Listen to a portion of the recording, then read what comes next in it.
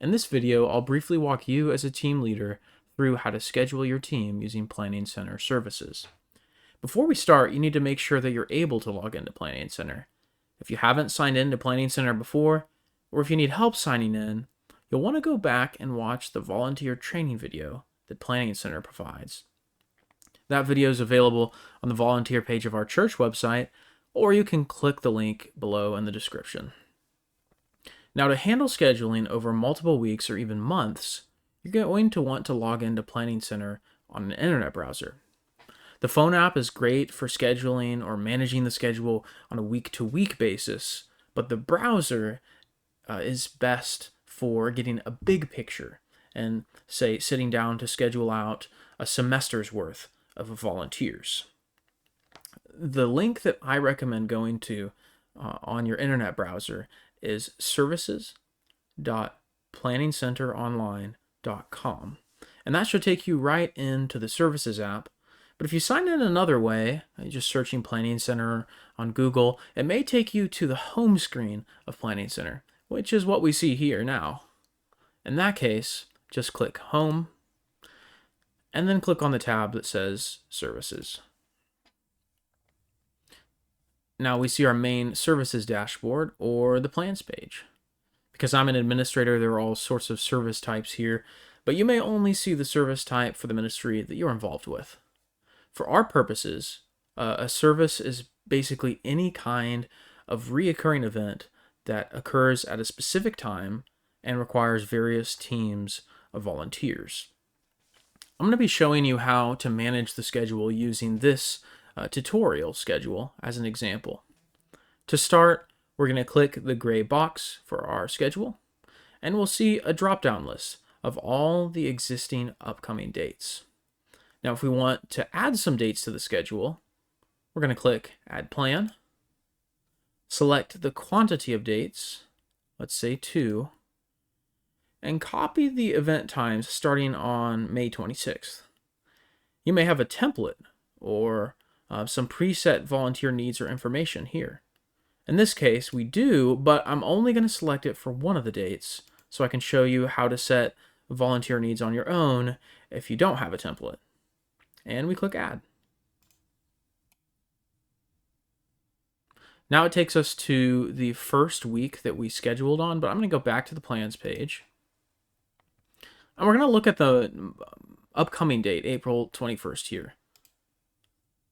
Now what we see when we navigate to this page, we see a bar labeled My Teams, and you'll already notice a few people are plugged in here to the schedule.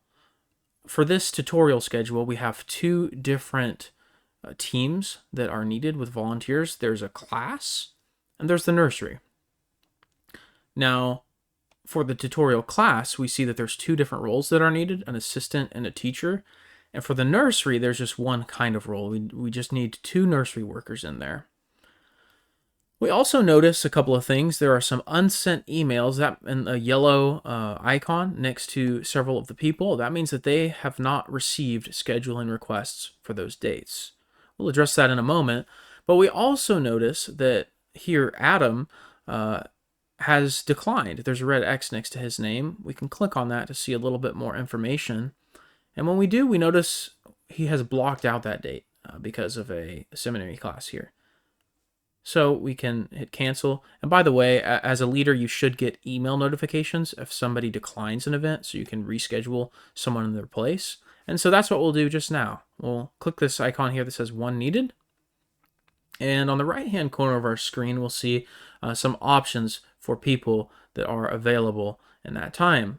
Now, for the tutorial class, I only have 2 people that are serving in the assistant role. We could add new people, but I'm going to schedule Anna here. I see a problem, though. She's already scheduled to serve in the nursery. Since she's the only one available, I'm going to go ahead and add her to the schedule as an assistant. Then I'll drop down to the nursery, and I'm actually going to remove her from the schedule. Find somebody else so that she can serve in that role. We'll look here at who's available for the nursery. We see Marlon and Brian are available, so I'm just going to select Marlon for this.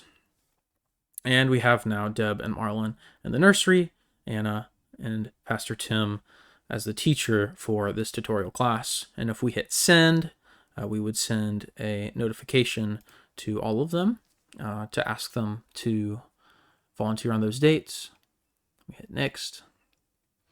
And you get an option here to customize the email if you'd like. There's customizable templates for emails even if you want to make one. But I would just hit send, and it would ask them to RSVP to confirm that they are able to serve on those dates, or to decline so you could find someone else.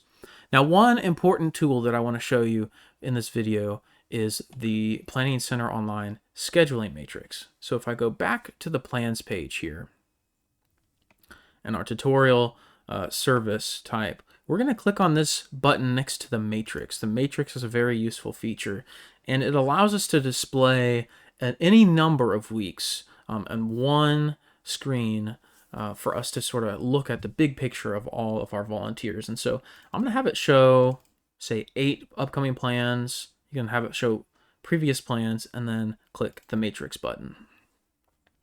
Now we see as many upcoming plans as we directed it to show us, as well as the needs for those particular dates. Now we notice there are a couple of weeks that are missing certain volunteers. I'll address that in a moment, but this is one way that we can see all of the available slots and dates that are coming up. We notice immediately that there are some needs on a number of weeks that we're going to have to fill.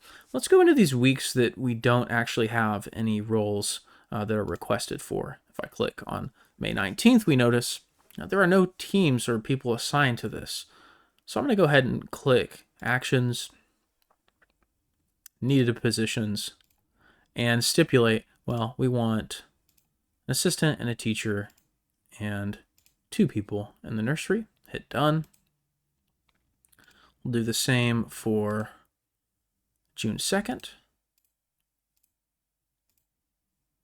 Hopefully you won't have to actually do this because we'll have everything set up for you so you can just go into the matrix screen. So I'm going to go back to the matrix. And now we see those needs are reflected across every week. And we've solved the issue here on April 21st, but we need to schedule people for all of these other weeks. You do have an option. There's a sort of wand up here in the right-hand corner, upper right-hand corner, that says Auto Schedule. If you'd like to schedule out all of these roles automatically, and also taking into consideration any blockout dates that people have said that they'll be gone on, you can press that button. It will just fill all of it in for you automatically. I don't usually use that. I usually set up the teams myself, but that is one tool you have available. If you click here on Assistant for April 28th, we have an option here. Looks like Adam will be back from his seminary class, so we'll schedule him there. We can look down at the nursery schedule. We can select Pastor Tim and put him, and now Anna, my wife, in the nursery. And we proceed week to week, filling in this schedule as we see fit. And ultimately, at the end, we can go up here in the right-hand corner, click Email, and it will send requests to all the people on these plans, asking them to serve on the dates that they are needed. They can receive those requests via push notifications on their phone if they have the app downloaded, or they can go into the browser and they can click up here on the My Schedule tab, and it will list all of the dates that they have been requested for future plans. Now, I'm not on the schedule for future plans, evidently, but that they will show up there for people in the future. Well, I think that's about everything that you need to know. We've learned how to add plans to the schedule. We have looked at how to add needed roles on a particular week, as well as how to get into the matrix to be able to schedule people even month to month for a whole semester and send email notifications out to our volunteers. I hope that's helpful. If you have any questions, please feel free to reach out. And thank you for serving Evangel in all of the different ways that each of you does.